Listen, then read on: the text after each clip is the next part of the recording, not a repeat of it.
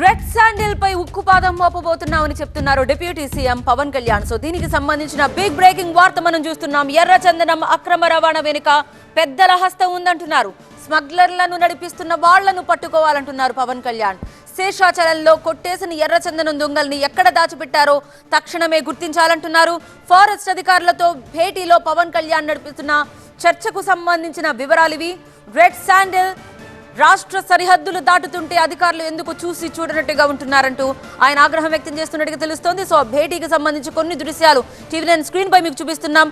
అయితే కేవలం కూలీల్ని పట్టుకోవడం కాదు, ఎవరైతే ఎర్రచందనం అక్రమ రవాణా చేస్తున్న పెద్దలు ఉంటారో వాళ్ళని, ఎవరైతే స్మగ్లింగ్ నడిపిస్తున్నారో వాళ్ళని పట్టుకోవాలని అంటున్నారు డిప్యూటీ సీఎం పవన్ కళ్యాణ్.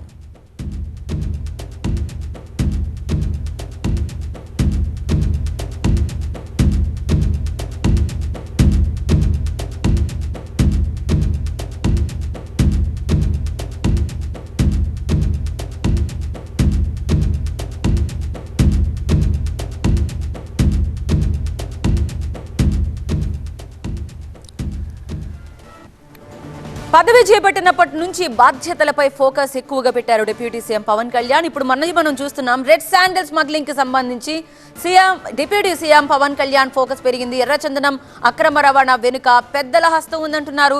స్మగ్లర్లను నడిపిస్తున్న వాళ్ళని పట్టుకోవాలంటున్నారు. శేషాచలంలో కొట్టేసిన ఎర్రచందనం దొంగల్ని ఎక్కడ దాచిపెట్టారో తక్షణమే గుర్తించాలంటున్నారు. ఫారెస్ట్ అధికారులతో భేటీలో ఉన్నారు పవన్ కళ్యాణ్.